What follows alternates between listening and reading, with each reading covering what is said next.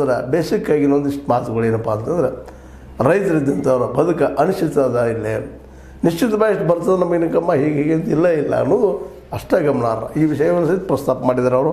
ಅದರಲ್ಲೂ ಮುಖ್ಯವಾಗಿ ಅತಿವೃಷ್ಟಿ, ಅನಾವೃಷ್ಟಿ, ರೋಗ ಬಾಧೆ ಮತ್ತಿತರ ಕಾರಣಗಳಿಂದ ಬೆಳೆ ಕೈಗೆ ಹತ್ತದಿರ್ಬೋದು. ಹೌದು, ಇವು ಸಮಸ್ಯೆಗಳದು. ಬೆಳೆ ಮುಂದೆ ಶುರುವಾದ ಸಮಸ್ಯೆ ಅಂತಾರೆ. ಅತಿವೃಷ್ಟಿ ಆಗೈತಿ, ಅನಾವೃಷ್ಟಿ ಆಗೈತಿ, ಏನು ಕೇಳುವಂಗಿಲ್ಲ, ಅದ್ರ ಪರಿಹಾರ ಸಿಗೋಂಗಿಲ್ಲ. ಅದ್ಮೇಲೆ ಇದನ್ನು ಇಳಿಸಿರ್ತಾರೆ, ಇನ್ಶೂರೆನ್ಸು ಇಳಿಸೋ ಸರಿಯಾಗಿ ಬರೋದಿಲ್ಲ, ಅವ್ರು ಸರಿಯಾಗಿ ಕೊಡೋದು ಇಲ್ಲ. ಇದು ಸಹಿತ ಗಮನಕ್ಕೆ ಬರುವಂಥ ವಿಷಯ ಆಗ್ಯದ. ಹೀಗಾಗಿ ಇದು ದೊಡ್ಡ ಸೆಟ್ಟಾಗ್ರಿ ನಮ್ಮ ರೈತರಿಗೆ. ಹೌದಪ್ಪ, ನಮ್ಮ ಮಕ್ಕಳು ಮಾಡ್ಬೇಕಂದ್ರೆ ಇದು ಅವಕಾಶ ಇಲ್ಲ ಅಂತೇಳಿ. ಯಾಕಂದ್ರೆ ಮುಖ್ಯವಾಗಿ ಬೇಕಾಗಿದ್ದ ಇವಕ್ಕೆಲ್ಲ ಒಂದು ಪರಿಹಾರ ಬೇಕು. ಅದು ಪರಿಹಾರ ಕೊಡೋ ಶಕ್ತಿ ಈಗ ಸರ್ಕಾರದಲ್ಲಿ ಇಲ್ಲ. ಹೇಗೆ ಕೊಡ್ತದೆ ಅಷ್ಟೇ, ಗೊಬ್ಬರ ಕಡಿಮೆ ರೇಟ್ ಕೊಡ್ತೀವಿ ರೀ, ಹಿಂಗೆ ಹೇಳ್ತಾರೆ, ಸಬ್ಸಿಡಿ ಕೊಟ್ಟಿಲ್ಲ ಅಂತ ಹೇಳ್ತಾರೆ. ಆ ರೇಟ್ ನೋಡಿದ್ರೆ ಸಬ್ಸಿಡಿ ಅಲ್ಲಪ್ಪ, ಇದು ಅದು ಹೆಚ್ಚಾಗಿ ಕಡಿಮೆ ಕೊಟ್ಟಾರ ಅಂತೇಳಿ ಯಾರಿಗಾದ್ರೂ ಅನಿಸ್ತದೆ. ಹೀಗಾಗಿ ಇವು ಏನಪ್ಪ ಅಂದ್ರೆ ತ್ರಾಸನ್ನು ದುಡಿದು ಸಹಿತ ದುಡ್ಡು ಉಳಿದಿಲ್ಲಪ್ಪ ಇದರಲ್ಲಿ ಅಂತ.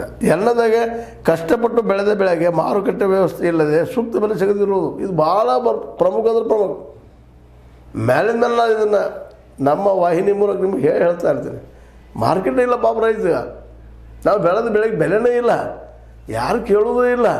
ತಮ್ಮ ಮನುಷ್ಯ ಬಂದ ರೇಟ್ ಹೇಳ್ಬಿಡ್ತಾರಲ್ಲ, ಇದು ಯಾವುದೋ IBM ಮತ್ತೆಲ್ಲ ಹೋಗ್ರಿ, ಅವ್ರು ರೇಟ್ ಬೋರ್ಡ್ ಹಾಕಿಬಿಟ್ಟಿರ್ತಾರೆ, ಇಷ್ಟಪ್ಪ ಅದು ಹೆಚ್ಚು ಶ್ರಮ ಪಟ್ಟಿರ್ತಾರೆ, ಆ ಶ್ರಮಕ್ಕೆ ಬೆಲೆನೇ ಇಲ್ಲ ಅಂದಾಗ